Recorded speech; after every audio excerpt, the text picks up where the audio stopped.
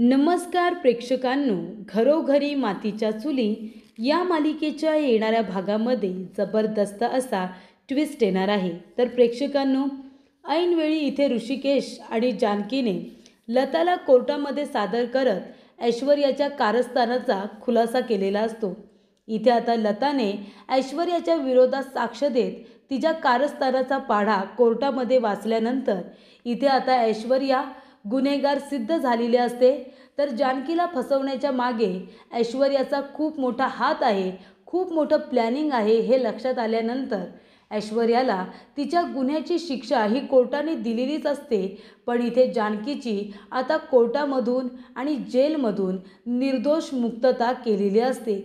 तर प्रेक्षकांनो, इथे आता जानकी जेव्हा निर्दोष सिद्ध होऊन आपल्या आईबरोबर घरी येते तेव्हा रणदिवेंच्या घरामध्ये तिचं धूमधडाक्यात स्वागत केलं जातं आणि जानकी निर्दोष सिद्ध झाल्यामुळे दिवाळीच्या आधीच रणदिवेंच्या घरामध्ये फटाके फुटत असतात आणि जणू काही दिवाळी आणि दसरा दोन्हीही सण त्याच दिवशी साजरे केले जातात। तर प्रेक्षकांनो, येणाऱ्या भागामध्ये कशा पद्धतीने जानकी आणि त्याचबरोबर तिचं संपूर्ण रणदिवे कुटुंब ऐश्वर्याला मात देऊन तिला इथे तिच्या गुन्ह्याची शिक्षा देऊन कशा पद्धतीने लताला घेऊन घरी येतात, कशा पद्धतीने या गोष्टी घडत जातात, आपण सविस्तरपणे बघूया। तर प्रेक्षकांनो, आपण बघितलं इथे ऋषिकेशला कळलेलं असतं। ऋषिकेशला कळतं की सौमित्राने ऐश्वर्याच्याच विरोधातले सगळे पुरावे दिलेले आहेत। असे पुरावे जर ते कोर्टामध्ये सादर झाले असते तर जानकी निर्दोष सिद्ध झाली असती। पण अवंतिकाला किडनॅप केल्यामुळे अवंतिकाचा जीव वाचवण्यासाठी इथे सौमित्राने ते पेपर आता ऐश्वर्याला नेऊन दिलेले असतात आणि ते सत्य अवंतिका ऋषिकेश आणि जानकी या दोघांना सुद्धा सांगते। तेव्हा ऋषिकेशला या गोष्टीचा राग आलेला असतो की प्रॉपर्टीचे पेपर तू दिलेस, अवंतिकाचा जीव वाचवण्यासाठी जानकीला निर्दोष सिद्ध करणारे सगळे पुरावे तू त्या ऐश्वर्याला दिलेस, त्याचा मला इतका राग आलेला नाही आहे। पण ही गोष्ट तू तुझ्या मोठ्या भावापासून लपवून ठेवलीस। तुझा मोठा भाऊ तुझी कठीण प्रसंगामध्ये मदत करेल, तुला या सगळ्यातून बाहेर काढेल, एवढासुद्धा विश्वास तू माझ्यावरती ठेवला नाहीस आणि तू परस्पर निर्णय घेतलास। या गोष्टीचा आता ऋषिकेशला वाईट वाटलेलं असतं। त्यानंतर प्रेक्षकांनो, इथे आता ऋषिकेशला जानकी समजावते। ती म्हणते, तुम्ही तुमच्या भावावरती चिडू नका। आज त्यांच्यावरती जी परिस्थिती ओढवली ती परिस्थिती आपल्यावरती ओढवली असती तर काय केलं असतं तुम्ही? अशा सिच्युएशनमध्ये अवंतिकाच्या जागी जर मी असते आणि सौमित्र भाऊजींच्या जागी तुम्ही असतात तर तुम्ही तुमच्या बायकोचा जीव वाचवण्यासाठी प्रॉपर्टीचे पेपर दिले नसतेत का? हे बघा ऋषिकेश, उगाच तुम्ही सौमित्र भाऊजींना चुकीचं समजू नका। मान्य आहे की त्यांनी आपल्याला सत्य सांगितलं नाही, म्हणजे अवंतिका परत आल्यानंतर सुद्धा त्यांनी आपल्याला सत्य सांगितलं नाही, कारण त्यांना त्यांच्या बायकोची काळजी आणि त्याच्यामध्ये काही चुकीचं आहे असं मला वाटत नाही। पण हे बघा, तुम्ही आता तुमच्या भावावरती चिडू नका। भावंडामध्ये भांडण व्हावं, आपलं रणदिवे कुटुंब तुटावं, तुमच्या सगळ्यांमध्ये मतभेद व्हावे, अशीच तर त्या ऐश्वर्याची इच्छा आहे ना? आणि नकळतपणे का होईना तुम्ही काय तिची इच्छा पूर्ण करताय? हे चुकीचं आहे ऋषिकेश, असं करू नका। सौमित्र भाऊजींवरती तुम्ही हात उगारलात, तुम्ही तुमच्या रागावरती कंट्रोल केला पाहिजे। तुम्ही तुमच्या नात्यामध्ये कटुता आणू नका। आत्तापर्यंत जे काही त्या ऐश्वर्याने केलं ते आपल्याला पुढे तसंच चालू ठेवायचं नाही आहे ऋषिकेश। माझी आई सापडेल, आपल्याला पुरावेसुद्धा सापडतील, पण बिघडलेली नाती मात्र नीट करता येणार नाही। आधी ती तुम्ही सुधारा। आताच्या आता जा आणि सौमित्र भाऊजींजवळ बोला, असं आता जानकी समजावून सांगते। तेव्हा प्रेक्षकांनो, ओवीकडे बघितल्यानंतर जानकीला एक आयडिया सुचते। जानकी म्हणते, ऋषिकेश, एक गोष्ट तुम्ही नोटीस केलीत का? माझी आई आहे ना, ती त्या मास्कमॅनच्या ताब्यात आहे। ऐश्वर्या आणि मास्कमॅन एक टीम आहेत, पण ऐश्वर्याला माहिती आहे की नाही की माझी आई त्याच्या ताब्यात आहे ते मला काही माहिती नाही। नाहीतर ऐश्वर्याने मला एकदा तरी धमकी दिली असती, पण कदाचित तिलाही माहिती नसेल की माझी आई मास्कमॅनच्या ताब्यात आहे ते। तेव्हा इथे आता जानकी म्हणत असते, ऋषिकेश, आपण एक काम करूया, आता आपण त्या मास्कमॅन आणि ऐश्वर्याला त्यांच्या षडयंत्रामध्ये अडकवूया। म्हणजे मास्कमॅनला कुणीच बघितलेलं नाही आहे, मास्कमॅनसारखा गेटअप तयार करत आपल्याला आता ऐश्वर्याकडून प्रॉपर्टीचे पेपर हे आणायचे आहेत। आणि तेव्हा प्रेक्षकांनो, इथे आता सयाजी विखे पाटीलला चौकशीसाठी पोलीस स्टेशनला बोलावलेलं असतं। त्यानंतर इथे ऐश्वर्याकडून आता प्रॉपर्टीचे पेपर आणि तिच्या विरोधातले सगळे पुरावे इथे आता मागितलेले असतात मास्कमॅनने. पण ह्या वेळेला मास्कमॅनने फोन किंवा मेसेज केलेला नसतो, तर ह्या वेळेला जानकीने चिठ्ठी पाठवलेली असते ऐश्वर्याला की तू आता मंदिराच्या मागे प्रॉपर्टीचे पेपर आणि तुझ्या विरोधातले सगळे पुरावे आणायचे, मला लवकरात लवकर हवेत, तुला तुझे पैसे मिळून जातील. तेव्हा प्रेक्षकांनो इथे आता ऐश्वर्या म्हणते ठीक आहे ना, आता तसंही एकदा का प्रॉपर्टी विकली की माझ्याकडे गडगंज पैसा येईल, हे सगळे रणदिवे तसेही रस्त्यावरती येतील, मग दुसरं काय हवं आहे मला, हेच तर हवं होतं की सगळे रणदिवे रस्त्यावरती भीक मागायला आले पाहिजे, हीच तर माझी इच्छा होती. असं इकडे आता ऐश्वर्या म्हणत असते. ती म्हणते ठीक आहे, मी आता पुरावे घेऊन त्या ठिकाणी जाते, पण चिठ्ठी लिहायची काय गरज होती, या माणसाने मला मेसेज किंवा कॉल करायचा ना, चिठ्ठी लिहून का बरं सांगितलं असेल, कदाचित कुणाला काही कळू द्यायचं नसेल म्हणून. तेव्हा प्रेक्षकांनो इथे आता ऐश्वर्या त्या ठिकाणी आलेली असते ज्या ठिकाणी जानकीने तिला बोलावलेलं असतं. त्यानंतर प्रेक्षकांनो इथे आता जानकी म्हणत असते की आणलेस का प्रॉपर्टीचे पेपर आणि तुझ्या विरोधातले पुरावे. तेव्हा ऐश्वर्या म्हणते हो हो आणलेत ना आणलेत, तुमचा आवाज थोडा वेगळाच वाटतोय हो. तेव्हा जानकी म्हणत असते तुम्हाला काय करायचं आहे, जे सांगितले तेवढं करा, चल ते आणलेस ना पेपर, त्याआधी मला देऊन टाक बरं. तेव्हा इथे ऐश्वर्या म्हणते हो आणलेत ना, हे बघा प्रॉपर्टीचे सगळे पेपर मी आणलेत आणि माझ्या विरोधातले पुरावेसुद्धा, तुम्हाला हवे होते ना, तुम्ही प्लीज एक घ्या आणि लवकरात लवकर मला माझे 50 कोटी रुपये द्या. तेव्हा इथे आता त्यातले 10 लाख रुपये तुम्ही काढून घेऊ शकता, कारण का माहिती आहे काय, मी तुमच्याकडून ॲडव्हान्समध्ये 10 लाख रुपये मागितले होते ना, ते तुम्ही काढून बाकीचे पैसे मला तुम्ही देऊ शकता. व्यवहारामध्ये ही ऐश्वर्या कधीच तडजोड नाही करत. तेव्हा इथे प्रेक्षकांनो आता जानकी म्हणते नाही नको, त्याची काही गरज नाही आहे, आणि ती बॅगच्या बॅग इथे ऐश्वर्याच्या हातामध्ये देते. त्यानंतर प्रेक्षकांनो जानकी त्या प्रॉपर्टीचे पेपर उचलायला जाते. तेव्हा प्रेक्षकांनो इथे आता जानकी ती फाईल वगैरे हातामध्ये घेते आणि तेवढ्यातच ऐश्वर्याला खऱ्या मास्कमॅनचा फोन येतो. तो म्हणत असतो की काय मग ऐश्वर्या, प्रॉपर्टीच्या पेपरचं काय करतेस. तेव्हा ऐश्वर्या म्हणते अहो असं काय करताय तुम्ही, आताच तर तुम्हाला प्रॉपर्टीचे पेपर दिले ना. तेव्हा इथे मास्कमॅन म्हणतो अगं मूर्ख ऐश्वर्या, अगं मी तर तुला भेटायला आलेलोच नाही आहे, नक्कीच कुणीतरी तुला फसवण्याचा प्रयत्न करते, जरा आजूबाजूला बघ डोळे उघडून, कोण गेलं ते प्रॉपर्टीचे पेपर घेऊन.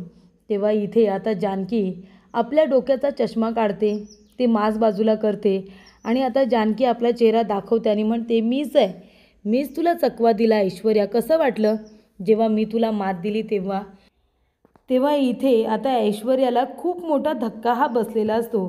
ती म्हणते जानकी तू, जानकी आता सगळं काही बाजूला करते, टोपी, तोंडाला लावलेला मास्क, इथे घातलेला कोट, हे सगळं बाजूला करते आणि ऐश्वर्या जेव्हा बघते की ती जानकी आहे जी इथे मास्कमॅनच्या रूपामध्ये आलेली असते फक्त पेपर लुबाडण्यासाठी, तेव्हा इथे जानकी ते पेपर घेऊन तिथून आता पळ काढते आणि धावत पळत ते तिथून निघून जाते.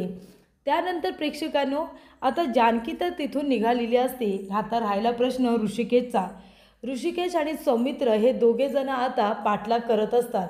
त्यानंतर प्रेक्षकांनो इथे आता ऐश्वर्याच्या घराच्या बाहेर ऋषिकेश सौमित्र दोघेजण लपून असतात, कारण मास्कमॅन तिथेच येणार तिला भेटायला याची खात्री आता सौमित्र आणि ऋषिकेशला असते.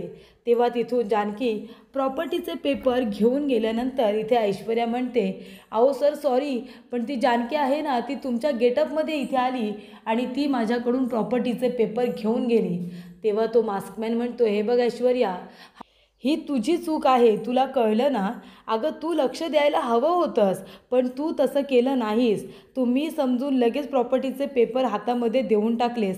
आता मी तुझी वाट बघणार नाही आहे, माझे 10 लाख रुपये मला लवकरात लवकर परत कर, कारण तुझ्याने तर काहीसुद्धा होणार नाही आहे, त्याच्यामुळे जे काही करायचं आहे ते आता मलाच करावं लागेल. त्या जानकीने खूपच हुशारीने प्रॉपर्टीचे पेपर तुझ्या हातून मिळवलेत ना, आता काहीही झालं तरीसुद्धा मी ते प्रॉपर्टीचे पेपर तिच्याकडून मिळवणार म्हणजे मिळवणार, असं इकडे आता तिच्या फ्रेंडने मास्कमॅनने तिला सांगितलेलं असतं. तेव्हा प्रेक्षकांनो इथे आता ऐश्वर्याला भेटण्यासाठी मास्कमॅन तिच्या घराच्या बाहेर आलेला असतो आणि तो तिच्याबरोबर भांडत असतो, तिला जाब विचारत असतो आणि तेव्हा प्रेक्षकांनो इथे ऋषिकेश आणि सौमित्र दोघेजण त्याच्यावरती आता लक्ष ठेवतात, कारण त्यांना बघायचं असतं की हा मास्कमॅन नक्की आहे तरी कोण आणि तो आता कुठे जाणार आहे. लताबाईंना कुठे लपून ठेवले हे जर शोधून काढायचं असेल तर आपल्याला आता मास्कमॅनला फॉलो करावं लागणार आहे हे ऋषिकेशला माहिती असतं. आणि म्हणूनच आता ऐश्वर्या सयाजी काकांच्या घरी परत गेली आहे म्हणून आपल्याला तिथेच जावं लागणार आहे. आपल्याला तिथे जाऊन लक्ष ठेवावं लागणार आहे, कारण मास्कमॅन तिला भेटायला तिथेच येईल. तेव्हा मास्कमॅनने ऐश्वर्याला सांगितलेलं असतं की माझे 10 लाख रुपये मला परत करायचे. माझा आता विश्वास नाही आहे तुझ्यावरती की तू मला मदत करशील. तेव्हा प्रेक्षकांनो इथे आता मास्कमॅन ज्या पद्धतीने ऐश्वर्याला भेटून तिथून निघून गेलेला असतो त्याचा पाठलाग केला जातो. तेव्हा मास्कमॅन त्या ठिकाणी जातो जिथे लताला किडनॅप करून ठेवण्यात आलेलं असतं. तेव्हा इथे सौमित्र, ऋषिकेश, सारंग सगळ्यांची नजर फक्त मास्कमॅनवरतीच असते. आणि तेव्हा प्रेक्षकांनो इथे जानकीने आता मास्कमॅन बनत प्रॉपर्टीचे पेपर तर मिळवलेलेच असतात, पण आता त्या गोडाऊनवरती लक्ष ठेवून जिथे आता तो मास्कमॅन जातो तिथे जाऊन लताला सुद्धा सोडवलेलं असतं. लताला इथे आता मास्कमॅनच्या नकळतच तिथून सोडवलेलं असतं आणि तिला घेऊन आता ते इन्स्पेक्टर पाटील यांच्याकडे येतात. इन्स्पेक्टर पवार यांच्याकडे आल्यानंतर इथे लताची आणि त्यांची भेट घडून दिली जाते आणि लताला त्यांच्या इथे सारंगला जिथे ठेवलेलं असतं तिथे आता सुखरूप ठिकाणी ठेवण्यात आलेलं असतं. तेव्हा प्रेक्षकांनो इथे आता जानकीची आईसुद्धा सापडलेली असते. इथे इन्स्पेक्टर पवार यांनी त्यांची मदत केलेली असते जेणेकरून पुन्हा ऐश्वर्या तिच्यावरती अटॅक करू नये, किंवा ऐश्वर्याने जसं इथे आधी तिला किडनॅप करून मारण्याचा प्रयत्न केला तसं पुन्हा केलं जाऊ नये म्हणून इथे पोलिसांच्या निगराणीखाली तिला ठेवण्यात आलेलं असतं. आणि त्याचबरोबर प्रेक्षकांनो इथे आता जानकी निर्धास्त झालेली असते. ऐश्वर्याकडून प्रॉपर्टीचे पेपर तर मिळवलेले असतात. तेव्हा ऐश्वर्या म्हणते जाऊ दे, मला अडकवण्यासाठी काय करायचं आहे ते करू दे, मला काही फरक पडत नाही. कोर्टामध्ये जर सांगितलं की मी इथे लताला किडनॅप करण्याच्या मागे आहे तर मी सरळ त्या मास्कमॅनवरती सगळा आळ घेईन आणि मोकळी होईन. मी मात्र त्या सगळ्यातून सुखरूपरित्या बाहेर पडेन असं इथे आता ऐश्वर्याने ठरवलेलं असतं. तेव्हा ऐश्वर्या म्हणते की तसंही या लोकांचा मास्कमॅनवरती डोळा आहेच ना, मग मी सांगेन मी काही केलेलं नाही आहे, जे काही केलं आहे ते त्या मास्कमॅनने केलेलं आहे. तेव्हा प्रेक्षकांनो कोर्टामध्ये आता तारीख असते.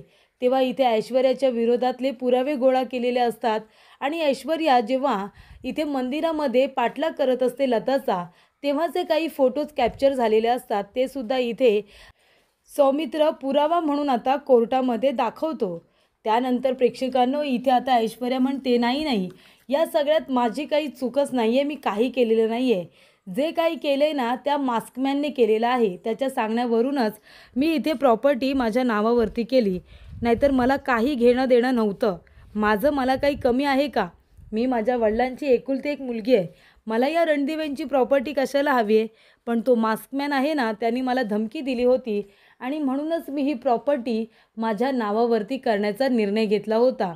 आणि लताबाईंना मी किडनॅप का करू? मला माहितीसुद्धा नाही आहे की लताबाई कुठे आहे ते. मी काहीच केलेलं नाही आहे. त्या मास्कमॅनला पकडा ना. तेव्हा प्रेक्षकांनो इथे आता ऐश्वर्याने सगळं काही मास्कमॅनवरती ढकललेलं असतं. आणि तेव्हा प्रेक्षकांनो इथे आता ऐश्वर्या सगळं खोटं नाटं बोलायला सुरुवात करते. स्वतःची कातडी वाचवण्यासाठी ती स्वतःच्या वडिलांना जेलमध्ये टाकू शकते, तर त्या मास्कमॅनचं नाव ती का घेऊ शकत नाही?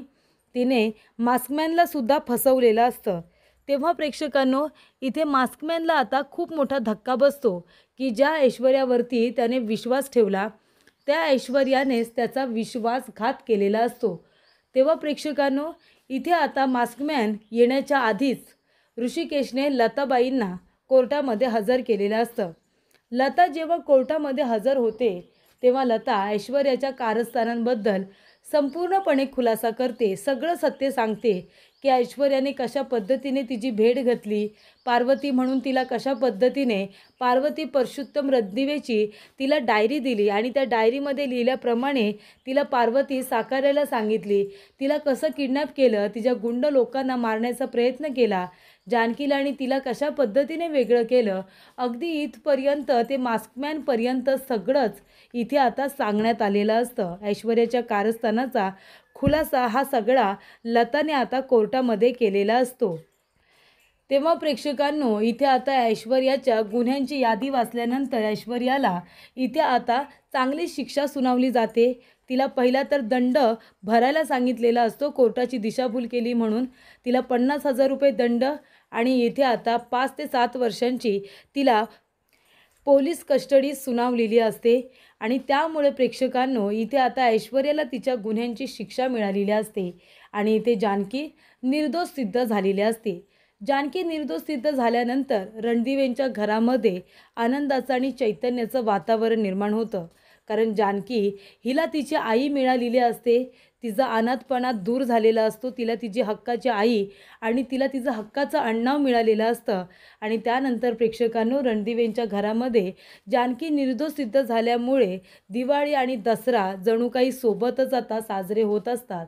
इथे ऋषिकेश सौमित्राला मिठी मारतो आणि सगळे रणदिवे एकत्र येऊन आता आनंद हा साजरा करत असतात.